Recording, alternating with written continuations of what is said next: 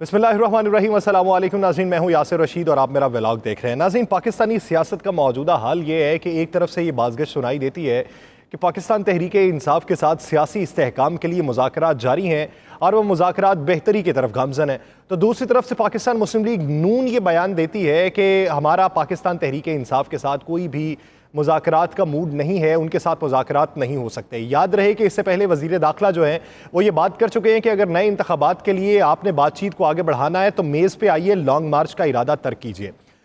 पिछले काफ़ी दिनों के अंदर लॉन्ग मार्च के हवाले से जो इत्तलात थीं, पाकिस्तान तहरीक इंसाफ के चेयरमैन इमरान खान साहब जो पसोपेश का मुजाहरा कर रहे हैं, उसके पीछे बुनियादी वजह ये थी कि एक जो बड़ी मुलाकात हुई थी और बैकडोर जो राबिते हो रहे हैं पाकिस्तान तहरीक इंसाफ के रहनुमाओं और पाकिस्तान मुस्लिम लीग नून के माबैन, जो किसी तीसरे फरीक की वजह से हो रहे हैं, जो न्यूट्रल है, सियासी फरीक जो न्यूट्रल है और उसके रवाबित दोनों तरफ हैं, तो उसने ये किरदार अदा किया और मुज़ाकरात के लिए कुछ बात आगे बढ़ाई।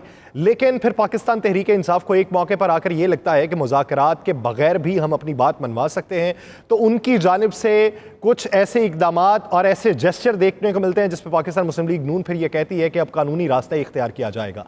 ये मंजरनामा पिछले काफ़ी दिनों से चल रहा है। इसी की बुनियाद के ऊपर अभी तक लॉन्ग मार्च का फैसला नहीं हो सका। इसी की बुनियाद के ऊपर पाकिस्तान मुस्लिम लीग नून जो है वो नए इंतखाबात का इशारा नहीं दे रही और बारहा ये बात कर रही है कि नए इंतखाबात जो है वो अपने वक्त पे होंगे, तब तक होंगे जब तक मईशत को इस्तेहकाम नहीं मिल जाता। बुनियादी तौर के ऊपर इलेक्शन कमीशन ऑफ पाकिस्तान के फैसले ने पाकिस्तान मुस्लिम लीग नून और पाकिस्तान तहरीक इंसाफ के माबैन दूरियों को मज़ीद बढ़ाया और उन तमाम मुज़ाकरात को सबूताज किया जो पिछले काफ़ी दिनों से हो रहे हैं और जिससे कुछ नई बेहतरी की उम्मीद निकाली जा सकती थी। अब कल के फैसले के ऊपर पाकिस्तान तहरीक इंसाफ ने जो पटिशन आज दायर की अदालत में, उस पर बहुत से एतराज़ात लगाए गए। पाकिस्तान तहरीक इंसाफ का इसमें मौक़िफ़ क्या है? कल से लेकर अब तक इस पर बहुत बहस हो चुकी है। इस पर बात यह भी हुई कि इलेक्शन कमीशन ऑफ पाकिस्तान के दायरा इख्तियार में नहीं आता कि वो किसी रुकन की डिसक्वालिफिकेशन यानी नाअहली का फैसला कर सके। वो डी सीट ज़रूर कर सकता है और नाअहली की जो बात है वो केस अदालत के अंदर मूव कर सकता है, अदालत उसका फैसला करेगी। ये इलेक्शन कमीशन ऑफ पाकिस्तान की इस्तिस्वाब नहीं है। इलेक्शन कमीशन ऑफ पाकिस्तान के इस फैसले के ऊपर बहुत से माहिर कानून जो है वो कल अपनी मुफस्सल डिबेट भी कर चुके हैं। पाकिस्तान तहरीक इंसाफ के माहिर कानून भी उसमें मौजूद थे जो कानूनी मुआवनत देते हैं, उसमें वो लोग भी मौजूद थे जिन्होंने पाकिस्तान मुस्लिम लीग नून को भी कानूनी मुआवनत किसी ना किसी दौर में दे रखी है। उन सब की राय ये थी कि पाकिस्तान तहरीक इंसाफ के चेयरमैन इमरान खान के खिलाफ जो ये फैसला है ये बहुत बड़े पैमाने के ऊपर सियासी तौर पर साख को मजरूह नहीं करेगा, बल्कि कुछ ना कुछ रिलीफ ज़रूर मिल जाएगा। पाकिस्तान तहरीक इंसाफ का कल तक मौक़िफ़ क्या था? उनका मौक़िफ़ ये है कि मिस डिक्लेरेशन में ये आता ही नहीं है। मिस डिक्लेरेशन क्या होती है कि आपने इलेक्शन लड़ने से पहले अपने असासाजात की जो तमाम तर तफसीलात हैं वो इलेक्शन कमीशन में जमा करवा दी होती हैं। अगर उसके दौरान आपने कोई गलत बयानी की है तो मिस डिक्लेरेशन में शुमार होगा। अब सालाना बुनियादों के ऊपर जिस तरह आप अपनी इनकम टैक्स रिटर्न को फाइल करते हैं, उसी तरीके से आपको फिर से डिक्लेरेशन देना पड़ती है कि एक साल के अंदर मेरे असासाजात में कितना इजाफा हुआ। उनका मौक़िफ़ ये है कि असासाजात यानी ज़मीनों के हवाले से या जायदाद के हवाले से या पैसों के हवाले से उनका जो इजाफा हुआ था उसको डिक्लेयर किया गया है, लेकिन ये जो कफ लिंक्स का मामला है, जो घड़ी का मामला है या दीगर अशिया का मामला है, ये कहीं ना कहीं पे जाहिर नहीं की गई। इलेक्शन कमीशन ऑफ पाकिस्तान के रूल के मुताबिक 30,000 तक जो तोशाखाना का गिफ्ट है आप उसे जाहिर नहीं करते तो उसकी छूट है। 30,000 से ऊपर तक का जो है वो 50% अदायगी के बाद आपने जो हासिल किया होता है उसको आपने जाहिर करना होता है। इमरान खान साहब के पास इस हद तक केस मजबूत है कि उन्होंने जितनी भी अशिया थी वो 50% अदायगी करने के बाद हासिल की है, जिसके सबूत भी उनके पास मौजूद हैं, लेकिन उसे इलेक्शन कमीशन ऑफ पाकिस्तान में शो नहीं किया। तो ये वो इलेक्शन कमीशन ऑफ पाकिस्तान समझता है कि ये मिस डिक्लेरेशन में आता है। अब बात वहां पे आकर रुकती है कि क्या वो डिसक्वालीफाई कर सकता है या नहीं कर सकता। ये कल से लेके अब तक बहुत बहस हुई। कल से लेके अब तक जो इलेक्शन कमीशन ऑफ पाकिस्तान ने अपना फैसला जारी किया था वो 2 सफ़ात पे फैसला था। उसका जो मुफस्सल फैसला जारी हुआ है वो तकरीबन 34 सफ़ात पे मुश्तमिल ये फैसला है, जिसके अंदर इलेक्शन कमीशन ऑफ पाकिस्तान ने उन तमाम एतराज़ात के हवाले से जवाबात भी दिए हैं।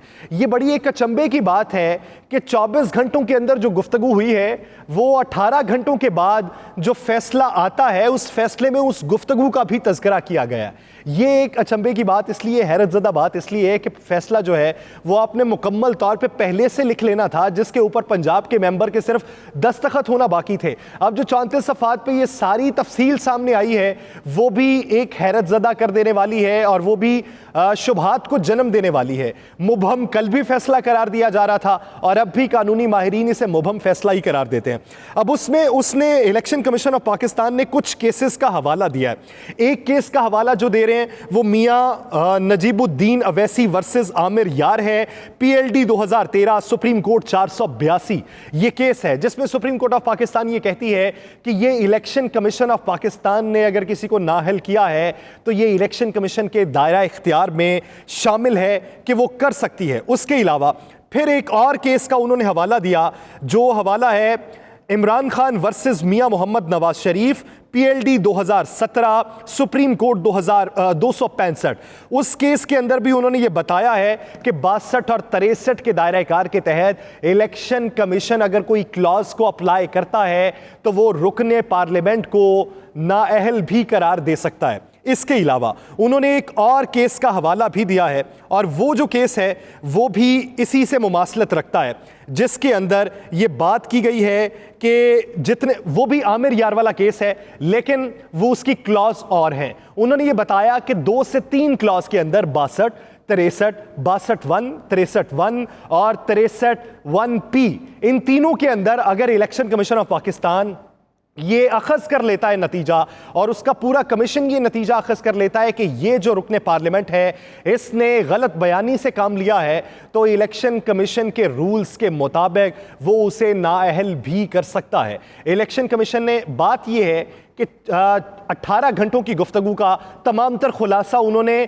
अपने फैसले के अंदर शामिल कर रखा है। क्या उन्हें पहले से इस बात का शुबा था कि इस चीज़ के ऊपर बात होगी, या फिर ये बहुत जल्दी के अंदर कानूनी माहिरीन को जमा करके ये फैसला अखज़ किया गया है? इसके पीछे हक़ाइक़ क्या है ये सोचने की ज़रूरत है कि इलेक्शन कमीशन ही वो इदारा है कि जिसके अप्रूवल के बाद खान साहब ने 7 हलकों के अंदर इलेक्शन लड़ा, फिर उसके नताइज भी आए, फिर उसी इलेक्शन कमिश्नर के बयानात भी मंजर आम पे आते हैं कि ये समझ से बालातर है कि सिटिंग MNA जो है वो 7 हलकों में उम्मीदवार कैसे हो सकता है। अप्रूवल किसकी थी? इलेक्शन कमीशन की। इलेक्शन कमीशन ने कंडक्ट करवाया 7 हलकों के अंदर इलेक्शन को, फिर वो जब जीत जाते हैं तो तब एतराज सामने आना शुरू हो जाता है। अगर आईनी तरीकाकार के तहत उन्हें यह लगता था कि एक सिटिंग MNA जिसका इस्तीफा अभी तक कबूल नहीं हुआ, जो NA-95 मियांवाली से अभी तक सिटिंग MNA है, तो उसका इस्तीफा कबूल नहीं हुआ तो वह 7 हलकों में इलेक्शन नहीं लड़ सकता, तो एतराजात उसी वक्त आयद किए जाने थे। लेकिन एतराजात कब सामने आ रहे हैं? जब वो 6 हलकों में इलेक्शन जीत चुका है। तो इलेक्शन कमीशन के किरदार के ऊपर ये जो मुबहम से फैसलों की छाप है, इसी से पाकिस्तान तहरीक इंसाफ जो है वो किसी ना किसी हद तक अपनी एक कैंपेन को मजबूत करेगी। लेकिन खान साहब आज की प्रेस कॉन्फ्रेंस में भी जब लॉन्ग मार्च का तज़किरा नहीं कर रहे, तो खान साहब को अभी भी उम्मीद है कि पाकिस्तान तहरीक इंसाफ की जो बढ़ती मकबूलियत है उसके पेश नज़र वफाकी हुकूमत खुद से कोई फैसला कर लेगी। लेकिन जहाँ पर सारे सियासी मुबस्सरीन, सियासी पंडित ये राय रखते हैं कि मौजूदा PDM की हुकूमत ने अपने तमाम तर जो निकात थे वो पूरे कर लिए हैं, शराइत पे अमल दरामद हो चुका है और उन्होंने जो जो हिस्सा लेना था वो ले चुके हैं, तो याद रहे कि सबसे बड़ा हिस्सा अभी बाकी है। उस हिस्से में पाकिस्तान मुस्लिम लीग नून की सियासी बका मौजूद है, जो मियां मोहम्मद नवाज शरीफ साहब की वापसी है।